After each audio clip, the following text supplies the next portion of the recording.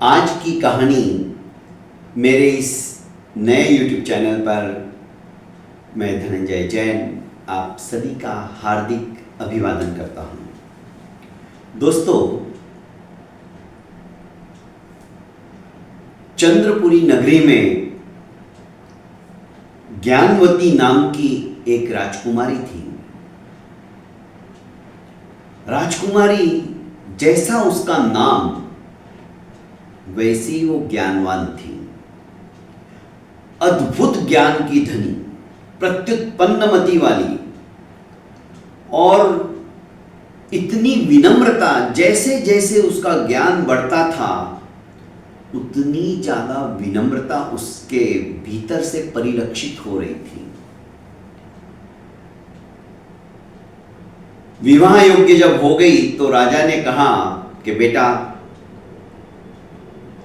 जिस भी घराने के अंदर तुम जाओगी उसके तो भाग्य ही खुल जाएंगे, क्योंकि साक्षात सरस्वती का दूसरा रूप तुम हो। विचक्षण बुद्धिमत्ता के कारण से उस राज्य के अंदर कभी भी किसी भी प्रकार की कोई दिक्कत आएगी ही नहीं, क्योंकि तुम मिनटों के अंदर समस्त समस्याओं का समाधान करने में माहिर हो। उसने कहा, पिताजी, मैं चाहती हूं कि जिसके साथ भी आप मेरा विवाह करो वो मेरे सिर्फ 3 सवालों का जवाब यदि समीचीन रूप से दे दे तो मैं ऐसे व्यक्ति के साथ में विवाह करके सच में खुश हो जाऊंगी, मुझे प्रसन्नता होगी। राजा ने कहा, बेटा, तुम्हारी सोच बहुत सही है, क्योंकि विवाह भी बराबरी वालों के साथ होना चाहिए। जैसे तुम विचक्षण बुद्धिमत्ता की धनी हो, वैसा ही तुम्हारा पति भी अत्यंत बुद्धिमान होना चाहिए। पर राजकुमारी की इस प्रकार की बात सुनकर कई राजकुमार आए और उसका समीचीन उत्तर नहीं दे पाने के कारण से वापस चले गए। राजकुमारी की उम्र धीरे धीरे बढ़ती चली जा रही थी। अब राजा को चिंता होने लगी। एक दिन राजकुमारी अपनी समस्त सहेलियों के साथ नदी के ऊपर भ्रमण करने के लिए निकली। नदी का शीतल और स्वच्छ जल देखकर सहेलियों ने कहा कि चलो ना राजकुमारी, आज इसके अंदर डुबकी लगाई जाए।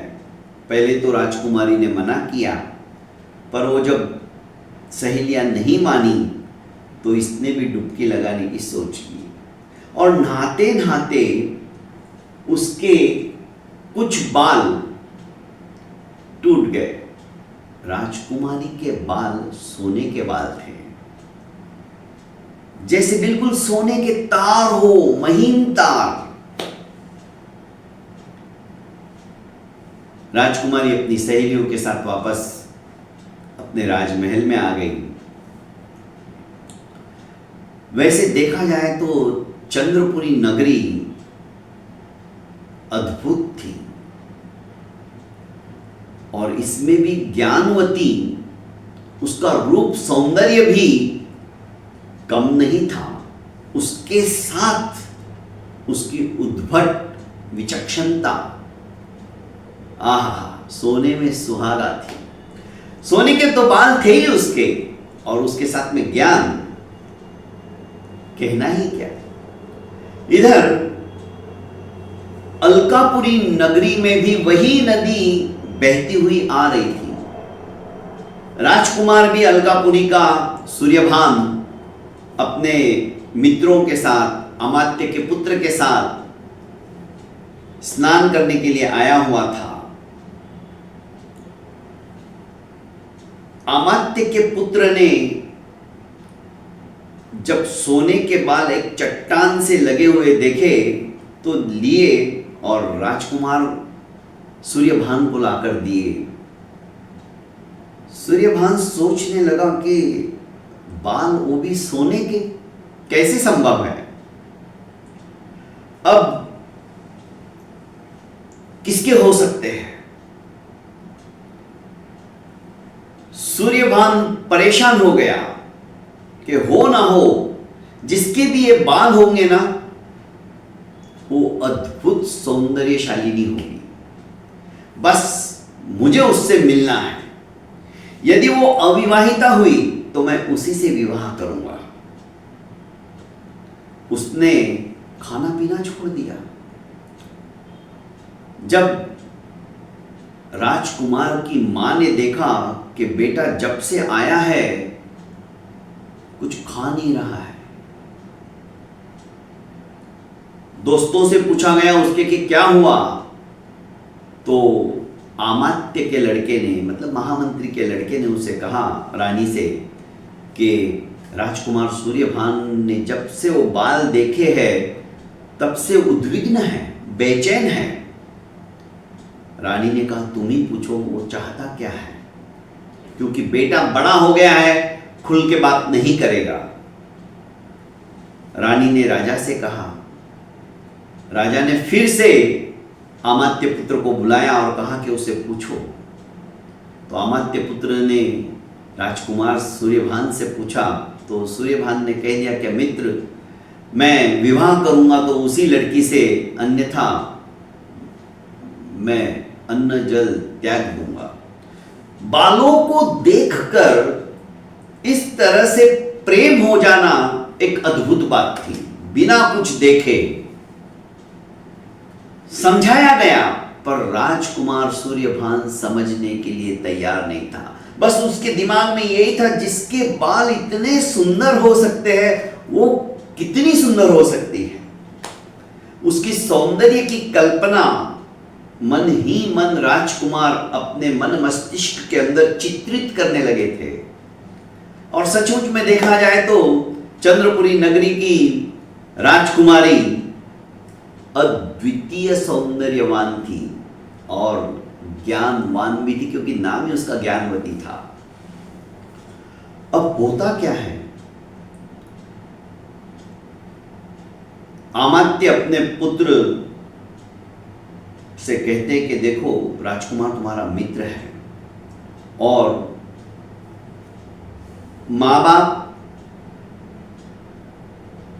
तुम जब हम जवान थे हमारा विवाह हो गया, उसके पश्चात तुम हुए, पर तुम दोनों बचपन से मित्र हो। बेटा, दोस्ती बहुत गहरी होनी चाहिए। अपने मित्र का दुख अपना दुख समझना चाहिए। तुम तलाश करो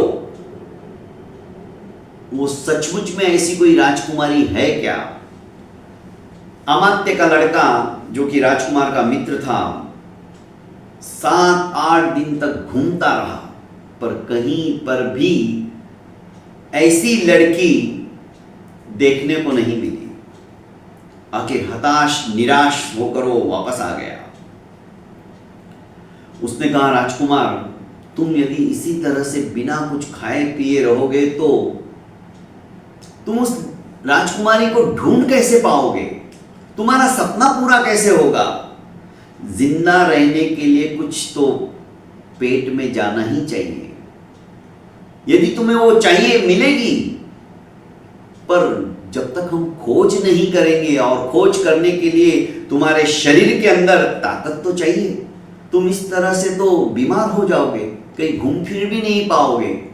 मैं स्वयं 7 दिन तक भटकता रहा हूं, पर मुझे ऐसी लड़की कहीं नहीं मिली। हो सकता है नदी के किनारे किनारे हम चलेंगे तो कुछ ना कुछ सुराग मिल सकता है। राजकुमार ने सोचा कि बिना मरे तो स्वर्ग भी नहीं मिलता। उसने अपने पिताश्री से, मतलब राजा से कह दिया कि जब तक वो राजकुमारी मुझे मिलती नहीं है, मैं उसकी खोज में परदेश निकल रहा हूं और वापस नहीं आऊंगा। अपने मित्रों को साथ लेकर राजकुमार सूर्यभान स्वयं राजकुमारी ज्ञानवती की खोज के लिए निकल पड़ा। सोने की बाल वाली कौन है, उसे तो पता ही नहीं था ये कहाँ रहेगी, कहाँ मिलेगी। अब राजकुमार के दोस्तों ने जो कि अंगरक्षक थे, एक साधारण वेशभूषा धारण कर ली थी। राजकुमार भी अपने घोड़े के ऊपर और अमात्य पुत्र भी अपने घोड़े के ऊपर बैठकर नदी के किनारे किनारे चल रहे थे। राजकुमार ने कहा कि मित्र, हमें अत्यंत साधारण वेशभूषा धारण करनी होगी और कुछ ना कुछ ऐसा उपाय करना चाहिए जिससे कि राजकुमारी तक हम पहुंच सके, या वो जो भी होगी सोने के बाल वाली, वहां तक हम जा सके। अब जरूरी नहीं सोने के बाल वाली राजकुमारी होगी, वो तो राजकुमार है, इसलिए वो राजकुमारी के बारे में ही सपना देख रहा है। अब राजकुमार ने अपने अमात्य पुत्र से कहा, मित्र से, कि तुम भी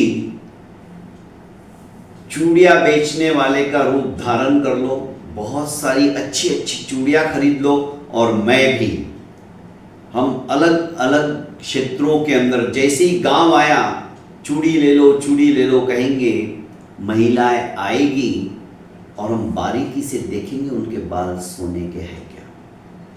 इससे हमारा मिशन पूरा होगा। राजकुमार की बात सुनकर अमात्य पुत्र गदगद हो गया। वाह, क्या बात है! सूर्यभान तो सचमुच में जबरदस्त युक्तियां निकालता है। कई महीनों तक नदी किनारे जितने गांव थे, चूड़िया बेचने का काम ये करते रहे, पर कहीं पर भी सोने के बाल वाली उनको मिली नहीं। अंततोगत्वा राजकुमार ने कहा कि ऐसे नहीं होगा, अब ये सवाल भी करते जाओ चूड़िया बेचने के साथ साथ कि हमारे नगरी के अंदर अलकापुरी में एक सोने की बाल वाली सुंदर कन्या है, क्या तुमने ऐसी कन्या तुम्हारे कहीं आसपास देखी है? क्या तुम्हारे गांव में भी, तुम्हारे शहर में भी ऐसी कोई लड़की के बारे में सुना है? तो शायद जिसने देखा होगा उससे हमें पता लग सकता है। चूड़िया बेचने के साथ साथ ये अभियान भी उन्होंने शुरू कर दिया।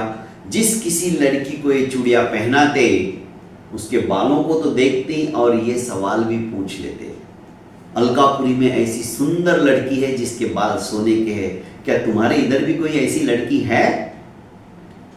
जवाब में ना ही सुनने को मिलता था। अब धीरे धीरे 6 महीने व्यतीत हो गए, पर सोने के बाल वाली लड़की इन्हें नहीं मिली। आखिर ये चंद्रपुरी नगरी में पहुंचे। वहां पर भी अनेक विधियों के अंदर गए, आवाजें लगाई, लड़कियां आती, महिलाएं आती, चूड़िया पहनती, पर सोने के बाल वाली के बारे में पूछा जाता तो वे कहती हमें पता नहीं, हम नहीं जानते, हमने नहीं देखा। राजमहल के सन्निकट जब राजकुमार पहुंचा और आवाज लगाई, तो राजकुमार ने देखा एक सहेली गवाक्ष में से देख रही थी, जिसे चूड़िया पसंद आई, वो राजकुमारी को छोड़कर नीचे आई। गवाक्ष काफी दूर था, इसलिए राजकुमार देख नहीं पाया कि वो कौन बैठी है, क्योंकि पर्दा भी था, महीन पर्दा। पर जो भी बैठी थी अद्वितीय सौंदर्यशालिनी थी। जब राजकुमारी की सहेली नीचे आई तो उसने पूछा कि कैसे दी चूड़िया? चूड़िया रत्न जटित भी थी, जैसी चाहो वैसी थी। तो इसने कहा चूड़िया तो मैं तुम्हें दे दूंगा, पर एक आश्चर्यकारी घटना मैं तुम्हें सुनाता हूं। और बातों बातों में चूड़िया दिखाते हुए राजकुमार ने वही सवाल पूछ लिया। हमारे अलकापुरी के अंदर सोने के बालों वाली एक सुंदर कन्या है, क्या तुम्हारे इधर भी चंद्रपुरी में कोई कन्या है ऐसी? राजकुमारी की सहेली जोरों से हंसी और कहने लगी, अरे चंद्रपुरी नगरी की राजकुमारी स्वयं सोने के बालों वाली है। राजकुमार को विश्वास नहीं हुआ। उसने कहा कैसी झूठी बातें करती हो? राजकुमारी की सहेली को गुस्सा आ गया। उसने कहा, मैं झूठी बात कर रही हूं? चूड़ी वाले होके तुम्हें शर्म नहीं आती? मेरे से जबान लड़ाते हो? जानते हो मैं कौन हूं? तुम जो भी हो, पर सोने के बालों वाली लड़की तुम्हारे राजकुमारी के विश्वास नहीं हो रहा है। यदि तुम सच बोलती हो तो ये सारी रत्न जटित चूड़ियां मैं तुम्हें दे दूंगा, और यदि तुम झूठ बोलती हो तो खैर नहीं रहेगी। उनकी बातें सुनकर राजकुमार का मित्र भी आ गया, जो कि अमात्य पुत्र था। नहीं मित्र, सारी चूड़ियां इतनी महंगी है, इसे देने की जरूरत नहीं है।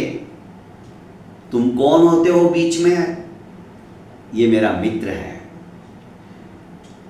अब राजकुमार का मित्र शर्त लगाता है कि शर्त तुम मत लगाओ मित्र, ठीक है, तुमने वचन दे दिया कि सारी चूड़ियां दे दूंगा यदि सोने के बाल हुए तो, पर दूसरी शर्त यह रहेगी, यदि नहीं निकले सोने के बाल तो इस सहेली को मेरे से शादी करनी पड़ेगी। ये बात अमात्य पुत्र ने कह डाली। अमात्य भी बहुत सुंदर था, अमात्य का पुत्र। अब होता क्या है,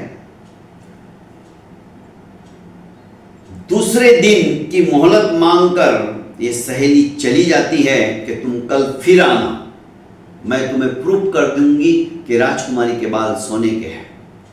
ये वापस राजकुमारी के पास आती है और कहने लगती कि चूड़ियां तो बहुत सुंदर है, पर मेरे पास इतने पैसे नहीं थे, इसलिए मैं कल ले लूंगी। राजकुमारी को इन बातों का शौक नहीं था, वो तो हमेशा चिंतनशील रहती थी। इसी बीच बातों बातों में तेल लगाने के बहाने सर पर इसने 2-3 बाल हल्के से तोड़ लिए, और दूसरे दिन जब चूड़ी बेचने के लिए अमात्य पुत्र और राजकुमार आए तो उसने दिखा दिए कि देखो ये बाल सोने के हैं। सोने के बाल देखते ही राजकुमार के हर्ष का पारावार नहीं रहा। वो गदगद हो गया कि आज हमारी मेहनत सफल हो गई। सारी की सारी जो रत्नजटित चूड़ियां भी थी वो सहेली को दे दी। ठेंगा बताते हुए राजकुमार के मित्र को इस सहेली ने कहा कि देखा, मैं जीत गई ना, तुम्हें चूड़ियां देनी पड़ी। उसने कहा, हाँ तुम जीत गई, पर तुमने मेरा दिल भी जीत लिया है और मैं तुमसे शादी करके रहूंगा। उसने कहा, जा जा, तेरे जैसे कई आते हैं। राजकुमार मन ही मन प्रसन्न हुआ था। उसने गुप्तचरों द्वारा अपने पिताश्री को सूचित कर दिया कि वो लड़की मिल गई है। राजा को जैसे ही अलकापुरी के दूतों ने समाचार दिए कि सूर्यभान ने वो लड़की ढूंढ ली है, राजा स्वयं, क्योंकि 6 महीने के ऊपर हो चुके थे और इकलौता राजकुमार सूर्यभान था पुत्र उनका, राजा स्वयं बेचैन हो रहे थे मिलने के लिए। उन्होंने त्वरित चंद्रपुरी नगरी के राजा को सूचित किया कि हम आ रहे हैं। चंद्रपुरी नगरी के राजा ने अलकापुरी के राजा का स्वागत के लिए तैयारियां कर ली। इधर जहां पर भी ये रुके थे राजकुमार, उन्होंने अपना वेश, जैसे ही उनके पिताजी 15 दिन का लंबा सफर करके जब आए तो अपना वेश परिवर्तित किया और अपने पिताजी के साथ में चल पड़े। राजा ने स्वागत किया। इधर अलकापुरी के राजा मतलब सूर्यभान के पिताश्री ने चंद्रपुरी नगरी के राजा से विनंती की कि आपकी बेटी का हाथ मांगने के लिए आए हैं। ज्ञानवती को सूचित किया गया तो ज्ञानवती ने कहा कि जो मेरे 3 सवालों का जवाब दे देगा मैं उसी के साथ शादी करने वाली हूं, उसी के साथ विवाह करूंगी। राजकुमार ने कहा, ठीक है, आपके सवाल क्या है? दरबार भराया गया। राजकुमारी ने कहा कि ये सवाल आमने सामने रह के नहीं, सभी के सामने होंगे और जवाब भी सभी के सामने ही होंगे। दरबार खचाखच भरा गया। राजकुमार सूर्यभान सूर्य की तरफ कांति लिए हुए थे। और देखो, जोड़ियां जो है ना दोस्तों, हम बनाने वाले कोई नहीं होते, वो ऊपर से ही बन के आती है। राजकुमारी भी निर्धारित समय पर आई और अपने पिताश्री के बाजू में जो सिंहासन था उस पर समारूढ़ हो गई। अलकापुरी के राजा भी और सूर्यभान जी भी सामने बैठ गए। पूरी सभा खचाखच भरी हुई थी। राजकुमार ने विनम्रता से कहा कि राजकुमारी जी, आपके कौन से सवाल हैं? राजकुमारी ने कहा कि मेरी शर्त भी है और वही मेरे सवालों का जवाब देगा, उसी के साथ मैं विवाह करने वाली हूं। ये मेरी शर्त है और वो शर्त बुद्धि की कसौटी के ऊपर कस ली जाने वाली है। आपका यदि युक्ति युक्त उत्तर रहा तो मैं सहर्ष आपके साथ विवाह कर लूंगी। उसकी बोली भी मानो अमृत का झरना झर रहा हो, कानों के अंदर घंटियां सी बज रही हो। राजकुमार मन ही मन तो मोहित हो ही चुके थे सिर्फ बालों को देखकर। अब उसका सौंदर्य देखकर तो सोचने लगे कि प्रभु, बस इसके समस्त सवालों का जवाब मैं आसानी से दे दूं। मां सरस्वती को आह्वान किया और कहा कि मां, तुम मेरी जिह्वा के ऊपर आकर अधिष्ठित हो जाओ। राजकुमार भी स्वयं इतने बुद्धिमान थे, वे प्रतीक्षा कर रहे थे कि क्या सवाल है। ऐसे सवाल सबसे पहले अभिवादन के पश्चात राजकुमारी ज्ञानवती ने सभा के सामने राजकुमार को इंगित करते हुए कहा कि बताओ, अक्ल क्या खाती है? सभासद आश्चर्यचकित हो गए कि यह कैसा सवाल, अक्ल और वो भी खाती है? क्या खाती है? सब इधर उधर एक दूसरे को देखने लगे कि राजकुमार अब क्या जवाब देंगे। और राजकुमार भी यदि जवाब नहीं दे पाएंगे तो इन्हें खाली हाथ जाना पड़ेगा।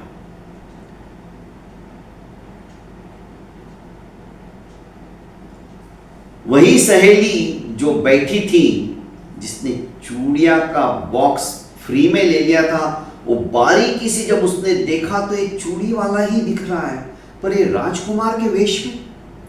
और जिसने कहा था कि मैं तुमसे विवाह करूंगा यदि तुम शर्त हार गई, तुमने सोने के बाल नहीं लाए, तो ये तो इनके बगल में बैठा कोई इनका मित्र दिख रहा है।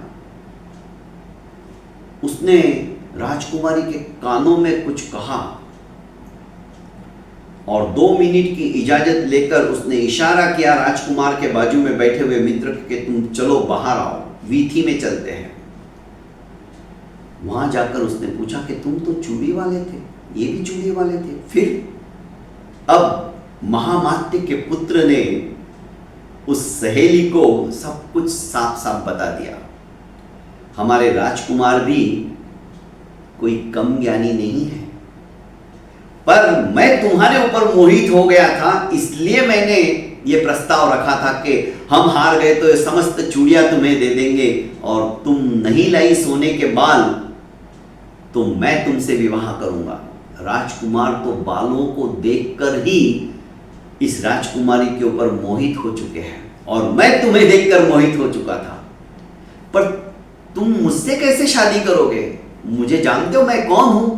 मैं यहाँ के राजा के जो महामंत्री है उनकी बेटी हूं, तो मैं कोई चूड़िया वाला नहीं हूं। मेरे पिता भी महामंत्री है अलकापुरी नगरी के। अब ये दोनों खुश हो गए, वापस स्थान पर आकर बैठ गए और इसने फुसफुसाते हुए कहा कि ये चूड़ी वाले सिर्फ तुम्हें देखने के लिए आए थे और ये राजकुमार है। इस बीच राजकुमारी ने फिर से अपना सवाल दोहराया। राजकुमार, तुम किस सोच में पड़ गए? अक्ल क्या खाती है, मैंने ये सवाल पूछा है। जैसे तंद्रा टूटी हो राजकुमार की, क्योंकि राजकुमार जैसा सोच रहे थे कि सिर्फ रूपवान नहीं है, ये तो अपने नामानुरूप ज्ञानवान भी है। ज्ञानवती सचमुच में ज्ञान का भंडार है। उसने कहा, मैं सोच में पड़ गया था कि आप किस तरह का सवाल कर रही हो, और सवाल सचमुच में बहुत सही है। प्रत्येक प्राणी खाता है, पर अक्ल कोई प्राणी नहीं है, इंसान नहीं है। तो उसकी खुराक भी वैसी ही होगी। मनुष्य की खुराक मनुष्य के हिसाब से होती है, पशु पक्षियों की खुराक उनके हिसाब से होती है, हिंसक जानवरों की खुराक उनके हिसाब से होती है, और ज्ञान की खुराक तो ज्ञान से ही देनी चाहिए। मैं आपके बारे में ही सोच रहा था, मैं भूल गया था कि तुम्हारे सवाल का मुझे जवाब देना है। तो राजकुमारी जी सुनिए, अक्ल गम खाती है। जैसे ही सभासदों ने और राजकुमारी ने सुना अक्ल गम खाती है, ताली बजाने लग गई कि वाह, तुमने सचमुच में सही जवाब दिया। अब बताओ दूसरा सवाल, अक्ल क्या पीती है? राजकुमार ने कहा, अक्ल गुस्सा पीती है। क्या बात है! दूसरी बार सभासद और प्रजाजन खुश हो गए। सवाल भी अजीब था, जवाब भी परफेक्ट था। तीसरा सवाल, वो सवाल बोलने से नहीं होगा, कुछ कर दिखाने से होगा। वो क्या है? मैंने अपने महल के अंदर एक पिंजड़े में एक शेर को बांध के रखा है, कैद करके रखा है। बिना पिंजड़े को खोले उस शेर को बाहर निकालना है। निकाल पाओगे? राजकुमार ने कहा, मैं देखना चाहता हूं पिंजड़ा कैसा है, शेर कैसा है। पिंजड़ा मंगाया गया राज दरबार में। विश्वास नहीं करोगे, वाकई में एक शेर लोहे के पिंजड़े के अंदर आबद्ध था। सब लोग डर से गए थे, बब्बर शेर था। कुछ क्षण के लिए राजकुमार भी सोचने लगे कि ये क्या है। अब इसका सवाल का जवाब मैं प्रैक्टिकल रूप में कैसे दूं? पिंजड़े से इस शेर को बाहर कैसे निकालूं बिना खोले? पिंजड़ा बंद था। राजकुमार बारीकी से शेर का भी निरीक्षण करने लगे, पर राजकुमार को कुछ समझ में नहीं आ रहा था। राजकुमार ने कहा कि मुझे आधे घंटे की मोहलत दी जाए। आधे घंटे की मोहलत मिल गई, क्योंकि उस शेर को देखने के बाद में कोई नहीं बोल सकता था कि उस बब्बर शेर को छूना भी आसान काम नहीं है। न जाने कितने दिनों से भूखा होगा, उसे निकाले कैसे? पर पहली बात, क्योंकि पूरी लोहे की सलाखाओं के बीच में वो पिंजड़ा था। जगह जगह लोहे की सलाखाएं थी चारों ओर, और उसमें वो आबद्ध था। राजकुमार को समझ में नहीं आ रहा था। आखिर अमात्य पुत्र ने कहा कि उसकी सहेली जो है वो भी अमात्य की लड़की है, और उससे मेरी बात हुई, अपने को वही कुछ भेद बता सकती है। राजकुमार ने ध्यान नहीं दिया। अमात्य पुत्र इशारे से अमात्य पुत्री को बाहर बुलाता है और कहता है कि ये क्या चक्कर है, कैसे हो सकता है? सहेली ने कहा कि ये जो बब्बर शेर देख रहे हो ना, ये अब तुम्हारे राजकुमार की दाल गलने नहीं देने वाला है। और तीसरे सवाल का जवाब यदि तुम्हारा राजकुमार नहीं दे पाया ना, तो समझो तुम्हें खाली लौटना पड़ेगा और तुम्हारे सपने भी सपने रह जाएंगे। उसने कहा, देखो तुम प्लीज मुझे बता दो ये क्या रहस्य है, क्योंकि मैं दिलो जान से तुम्हें चाहने लगा हूं, और राजकुमार का यदि विवाह नहीं हुआ तो मेरा भी नहीं होगा, क्योंकि राजकुमार ही मेरे विवाह की बात तुम्हारे पिताजी से करने वाले हैं। उसने कहा, नहीं, तुम कुछ नहीं बोलोगे। यदि मैंने तुम्हें बता भी दिया तो राजकुमार की बुद्धिमत्ता हमें देखनी है, और तुम जानते हो ये कोई बब्बर शेर असली का नहीं है, मोम का बनाया हुआ है। बस सूत्र मिल गया। पर इसके पहले ही वो पहुंचे राजकुमार के पास, राजकुमार ने भांप लिया था कि ये तो हिलडुल भी नहीं रहा है, जरूर कोई रहस्य इसके अंदर छुपा है। बारीकी से देखने लगा तो मोम का ये बब्बर शेर बना हुआ था और उसको इस तरह से चित्रकारिता की थी उसके ऊपर कि वो साक्षात ओरिजिनल बब्बर शेर दिखाई दे रहा था। उसने कहा ठीक है, राजकुमार को महामात्य का पुत्र कुछ कहे उसके पहले ही राजकुमार ने कहा कि यहां पर आग जलाई जाए और उस धधकती आग के अंदर इस पिंजड़े को रख दिया जाए। ऐसे तो शेर मर जाएगा, नहीं, शेर को मरने भी नहीं दूंगा। यदि ये शेर जिंदा है तो ये मरेगा नहीं, तो फिर जल के तो राख हो जाएगा, राख भी नहीं होगा। सब आश्चर्यचकित थे, किसी को कुछ समझ में नहीं आ रहा था। आखिर अग्नि जलाई गई और उस पिंजड़े को आग के ऊपर रख दिया गया। अब एक जैसे जैसे आग तपने लगी, पिंजड़ा गर्म होने लगा, एक लोहे की सलाई को भी आग के अंदर डाल रखा था। उस सलाई को राजकुमार ने शेर के भीतर मुंह में से अंदर तक डाल दिया। शेर हिला डुला भी नहीं, पर वो मोम का शेर अब पिघलने लगा। धीरे धीरे पिघल कर पिंजड़े के बाहर आ गया, पूरा मोम पिघल कर बाहर आ गया। पिंजड़ा वैसा की वैसा बंद था। राजकुमारी ने ताली बजाते हुए कहा कि वाह, विचक्षण बुद्धिमत्ता के धनी हुआ।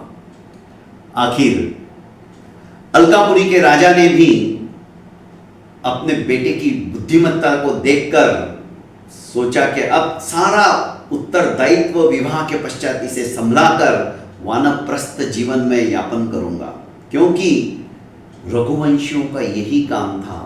शैशवे व्यस्त विद्यानाम यौवने विषयैषिनाम वार्धके मुनिवृत्तिनाम योगे नान्ते तनुत्यजाम। धूमधाम से चंद्रपुरी नगरी के राजकुमारी और अलकापुरी नगरी के राजकुमार सूर्यभान का और ज्ञानवती का विवाह संपन्न हुआ और राजा ने अपने पुत्र सूर्यभान को कहा कि बेटा, अब राज्य का कार्यभार तुम संभालो, अब मुझे वनवास में जाने दो, भगवत भक्ति करूंगा। मुझे विश्वास है मेरे पश्चात तुम इस राज्य की धुरा को अच्छी तरह से वहन कर सकते हो, क्योंकि अब तुम अकेले बुद्धिमान नहीं हो, तुम्हारे साथ तुम्हारी भार्या ज्ञानवती भी अद्भुत विद्वत्ता की धनी है और तुम दोनों मिलके इस राज्य की धुरा को कहां से कहां तक ले जाओगे, मैं तो सोच भी नहीं पा रहा हूं। दोस्तों, जब ज्ञान आत्मसात होता है तो ज्ञान व्यक्ति को हल्का बनाता है, विनम्रता दिलाता है और यही ज्ञान समस्त कर्मों की बेड़ियों को भी काटकर ऊर्ध्व गति की ओर ले जाने में सक्षम होता है। तो ज्ञान बचपन से ही ऐसे बच्चों को संस्कार दो जिससे कि उनकी बुद्धि तीव्रतर और तीव्रतम होती चली जाए। बहुत बहुत धन्यवाद दोस्तों। प्रेरणास्पद कथाओं के साथ साथ मेरे इस आज की कहानी YouTube चैनल को भी आप लाइक कीजिए, सब्सक्राइब कीजिए और ज़्यादा से ज़्यादा अपनों को फॉरवर्ड कीजिए। आपको प्रतिदिन 2 कहानियाँ, प्रेरणास्पद कहानियाँ, एक तो YouTube चैनल की, एक लिखी हुई प्रेरणास्पद कथाएं ग्रुप के अंदर देखने को और सुनने को मिलती है। उस ग्रुप में भी आप ज्वाइन हो जाइए, क्योंकि उसमें लिंक में आपको मैं YouTube चैनल का लिंक भी प्रेषित करता हूं और लिखी हुई कहानी में भी मेरे समस्त कहानियों के लिंक आपको मिलते ही है। पर दोस्तों, ये नया चैनल है, इसे सुनकर सब्सक्राइब कर कमेंट बॉक्स में आप अपना अभिमत भी जरूर दीजिए। यही मेरे लिए आपका आशीर्वाद रहेगा। बहुत बहुत धन्यवाद।